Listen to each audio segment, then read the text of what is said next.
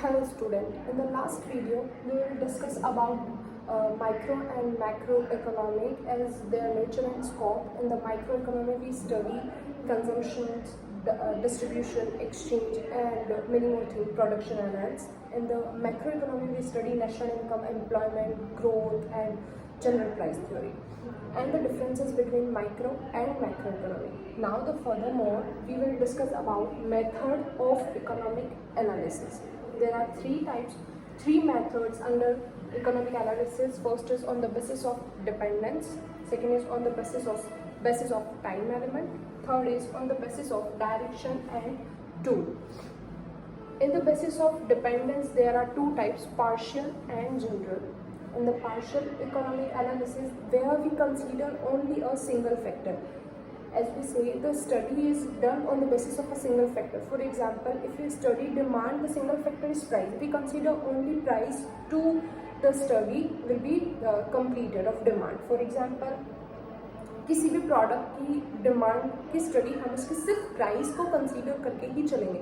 एक simple relation हम देख सकते हैं प्राइस और डिमांड का, जो हमेशा नेगेटिव स्लॉप में होता है. फॉर एग्जांपल, अगर किसी प्रोडक्ट की प्राइस बढ़ रही है तो उसका डिमांड ऑटोमेटिकली कम होता है, और अगर किसी प्रोडक्ट की प्राइस कम है तो उसका डिमांड ऑटोमेटिकली बढ़ेगा. क्योंकि अगर उस प्रोडक्ट का प्राइस कम देना है तो वो उसकी परचेजिंग ज़्यादा करेंगे. दैट मीन उनकी परचेजिंग पावर उस प्रोडक्ट के लिए बढ़ेगी, और अगर उन्हें उस प्रोडक्ट का प्राइस अगर ज़्यादा देना है तो वो उस प्रोडक्ट को कम खरीदेंगे. उनकी परचेजिंग पावर उस पर्टिकुलर प्रोडक्ट के लिए कम हो जाएगी. ये एक जनरल रियल लाइफ एग्जांपल है जो हम सब अपनी लाइफ में लागू करते हैं, और हम सब यही करते हैं. अगर किसी प्रोडक्ट की प्राइस ज़्यादा है तो हम उस प्रोडक्ट को प्रेफरेंस कम दें. सिर्फ कुछ एजम्पशन होती है जहाँ पे वो प्रोडक्ट प्रीफर किया जाता है. फॉर एग्जांपल, वो एक नेसेसरी प्रोडक्ट हो. फॉर एग्जांपल, किसी की चॉइस या किसी का टेस्ट प्रेफरेंस उस पर्टिकुलर प्रोडक्ट के ऊपर डिपेंड हो गया हो कि हाँ मुझे ये ही पर्टिकुलर प्रोडक्ट चाहिए, चाहे इसकी प्राइस ज़्यादा हो चाहे कम हो. And the third one most is important which is जहाँ पर उस प्रोडक्ट की मोनोपोली हो. जैसे हम एग्जाम्पल ले सकते हैं एप्पल के प्रोडक्ट जो मोनोपोली लेके चल रहे हैं मार्केट में. एप्पल का फ़ोन ले लो या कोई दूसरा सिंपल फ़ोन ले लो, लेकिन दोनों के फीचर्स में एक बहुत वाइडर लेवल का डिफरेंस होने की वजह से एप्पल का प्राइस कितना ही ज़्यादा हो लेकिन लोग उसको प्रीफर करते हैं. दैट मीन एप्पल ने अपनी मोनोपोली ले ली. न सिर्फ फ़ोन, जैसे एप्पल के जनरली आईपैड जो सबसे ज़्यादा इस वाली सेटलमेंट में आते हैं, जहाँ पर उनकी डिपेंडेंसी प्राइस के ऊपर ही होती है, जहाँ पर उसकी प्राइस चाहे कितना ही बढ़ जाए, लेकिन अगर कोई पर्टिकुलर पर्सन उसके लिए एडिक्टेड है कि मुझे आईपैड ही चाहिए, तो चाहे उसका कितना भी पैसा होगा वो उसे ज़रूर देगा.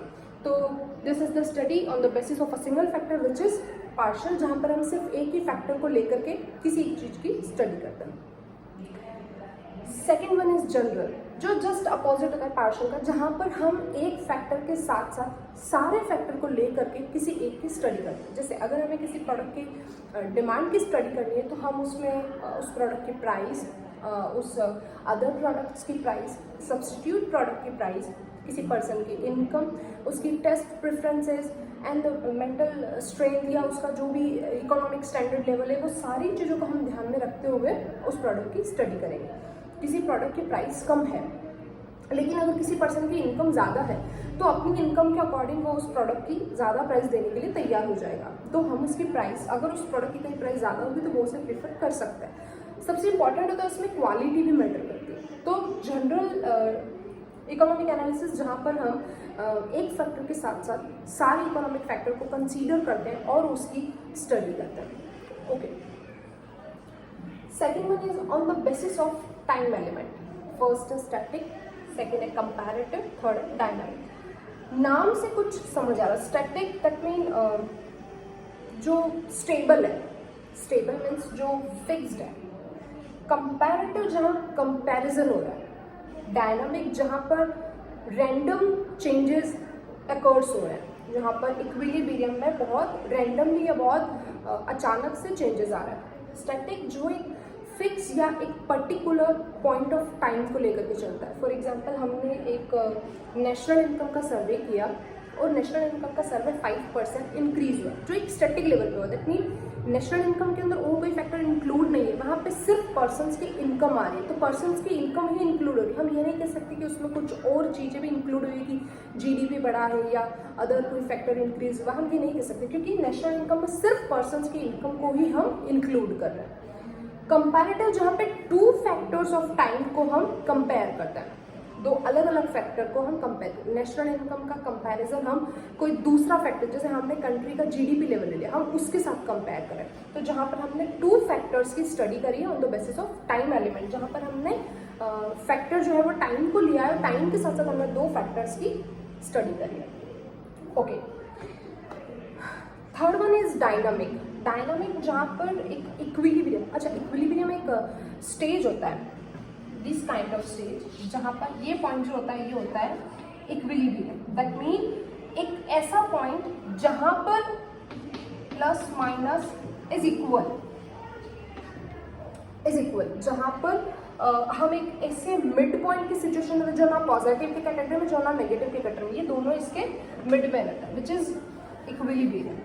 तो डायनामिक इकोनॉमिक एनालिसिस वो होता है जहाँ पर हम इक्विलिब्रियम के अंदर जो रैंडमली चेंजेस आ रहे हैं टाइम टू टाइम, हम उसकी स्टडी कर रहे हैं, which is dynamic economic analysis. Okay, furthermore third is on the basis of direction and tools.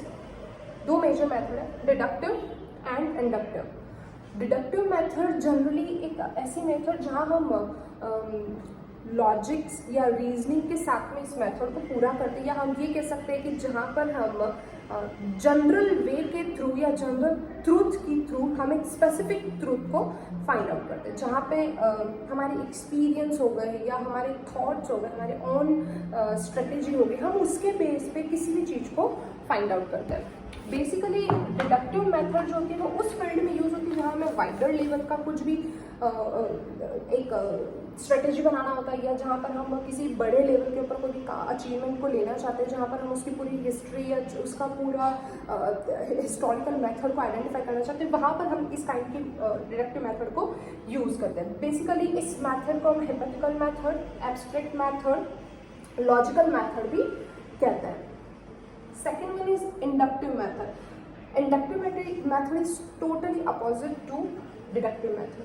Basically inductive method जो होती है वो एक्सपेरिमेंटेशंस या फिर हमारे स्टैटिस्टिकल डेटा, हमारी जो भी हमने कुछ भी किसी भी ट्रूथ को फाइंड आउट करने के लिए जो भी हमने फैक्ट्स अवेलेबल करके, जो भी हमने स्टैटिस्टिकल मेथड्स या स्टैटिस्टिकल टूल्स को जो हमने अवेलेबल करा, उसके बेसिस पे हम किसी भी चीज़ को फाइंड आउट करें, हम उसको ऑब्जर्व कर रहे हैं। हम उसको ऑब्जर्व कब कर रहे हैं? जब हमारे पास फैक्ट्स पड़े हुए हैं, उन डेटा उन फैक्ट्स के बेसिस पे हमने किसी भी चीज़ को ऑब्जर्व किया है, which is come under inductive method.